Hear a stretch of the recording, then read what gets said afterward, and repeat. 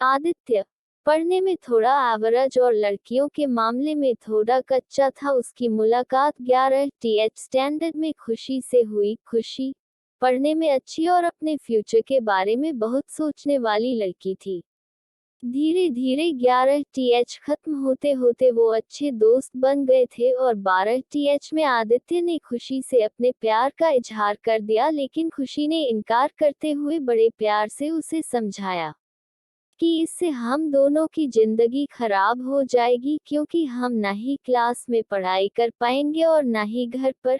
आदित्य को खुशी की बात थोड़ी बुरी लगी, लेकिन फिर उसे समझ में आ गया कि खुशी सही कह रही है और उससे अपने फ्यूचर और पढ़ाई पर फोकस करना शुरू कर दिया। और अब आदित्य किसी भी लड़की से बात नहीं करता था, यहाँ तक कि खुशी से भी नहीं, क्योंकि उसे लगता था कि वो जब भी खुशी से बात करता है तब उसे अच्छा नहीं लगता था, क्योंकि कुछ दिन पहले तक खुशी उसकी क्रश थी और आज वो उसे रिजेक्ट कर चुकी थी। और आदित्य इन सब बातों को नज़रअंदाज करते हुए अपने इंटरमीडिएट की परीक्षा में मेहनत करके पूरे स्कूल में फर्स्ट आ गया।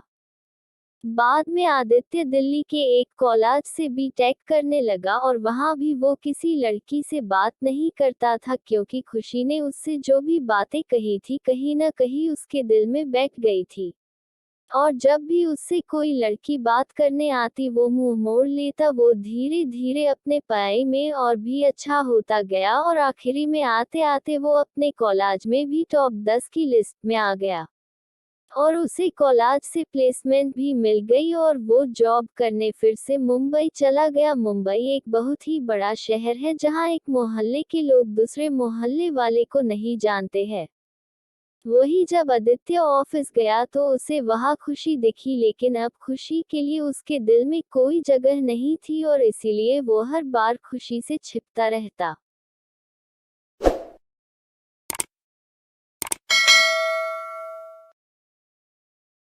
इसलिए नहीं क्योंकि वो उससे नाराज था, बल्कि इसलिए क्योंकि वो फिर से खुशी की जिंदगी में नहीं आना चाहता था। लेकिन वो कहते हैं न कि भगवान की मर्जी के आगे किसी की नहीं चलती।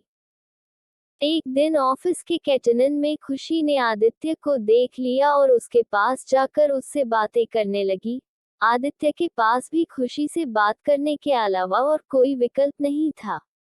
दोनों के दिल में पिछले 4 सालों से जो भी दर्द था उन्होंने एक दूसरे को बताया और खूब सारी बातें की। खुशी ने उससे बिछड़ने के बाद अपने सफर के बारे में बताया और आदित्य से उसके बारे में पूछा, जिसके बाद आदित्य को कहीं न कहीं लगने लगा था कि खुशी गलत नहीं थी और आदित्य को फिर से खुशी से प्यार हो जाता है। कुछ दिन बीतता है और दोनों की दोस्ती और भी गहरी हो जाती है। और एक दिन अचानक आदित्य खुशी से बात करते करते उससे अपने प्यार का इजहार कर देता है, लेकिन खुशी फिर इनकार कर देती है। और जब आदित्य उससे इसकी वजह पूछता है तो वो बताती है कि उसकी शादी तय हो गई है और 1 महीने बाद वो ये जॉब छोड़ देगी।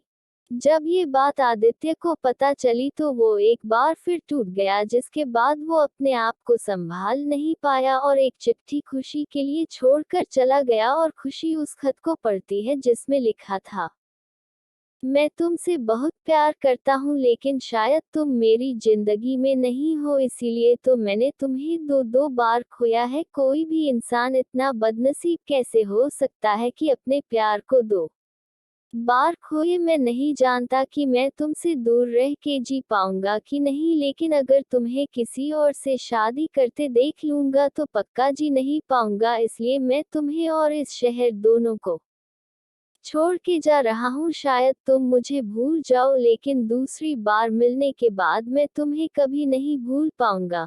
मैं भगवान से प्रार्थना करूंगा कि वो तुम्हें और तुम्हारे होने वाले पति को हमेशा खुश रखे। खत पढ़ने के बाद खुशी रोने लगी और आदित्य को बहुत ढूंढा पर वो कहीं भी नहीं मिला। और बाद में खुशी ने अपने परिवार की खुशी के लिए अभिषेक से शादी कर ली। लेकिन खुशी को आज भी ये बात हमेशा सताती रहती है कि आदित्य कहाँ होगा, किस हाल में होगा। यहाँ तक तो उसे ये भी नहीं पता कि आदित्य जिंदा भी है या नहीं। एक तरफ खुशी अंदर ही अंदर घुटती रहती है।